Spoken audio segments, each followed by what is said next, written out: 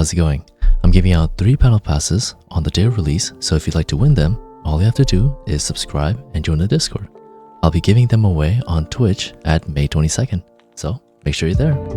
I also have another Discord server that I'm partnered up with, so if you'd like to join them, it's called the DayGMs, and the link will be in the description below. They focus on theory crafting and are a server that is dedicated to help players with simplified or very specific explanations of the game. Alright, with that out of the way, let's go over today's topic, which is what my daily routine is going to be for Wuthering Waves. So the first thing I would do is complete the daily missions.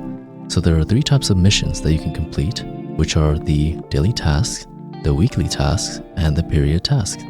But for me, I would try to do the daily tasks as much as I can, and then slowly build up for the weekly and the periodic tasks. This is especially helpful for those that are trying to get the battle pass as well, as this will directly link you to leveling up your battle pass.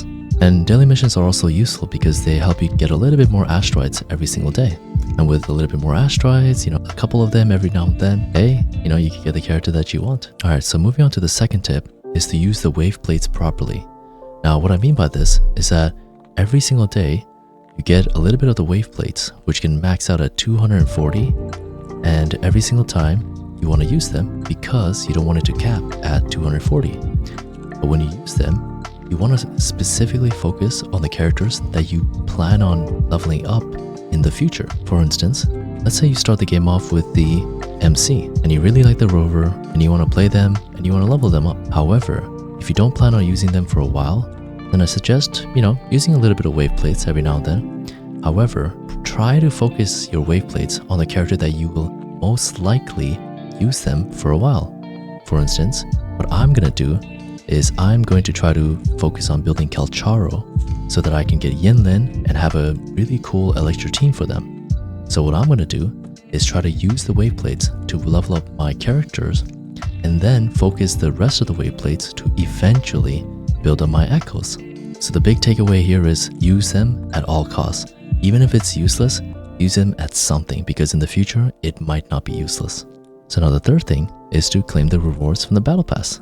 So every single time when you complete the daily missions, you'll have these little points that you get from the daily missions, and it'll eventually stack up to the point where you can start claiming the rewards.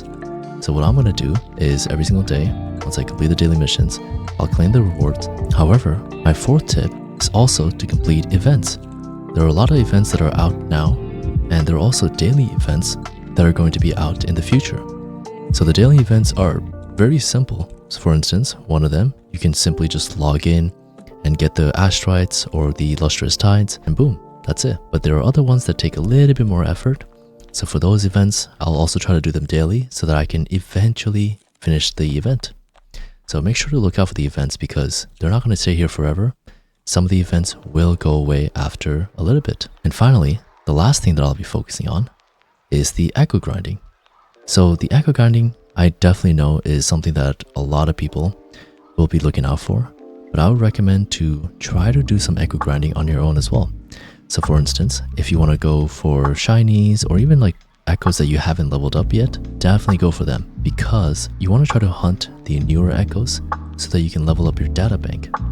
Your data bank is super important because not only will you be able to increase the drop rate for more echoes that you get, but you'll also be able to increase your stamina so that when you fight bosses or when you fight other echoes, you can utilize the combinations that you have for your characters without losing as much stamina. Alright, I think that's everything for me. I hope you like these quick 5 tips that I would probably do on a daily basis. And yeah, I'll see you guys later. Bye bye.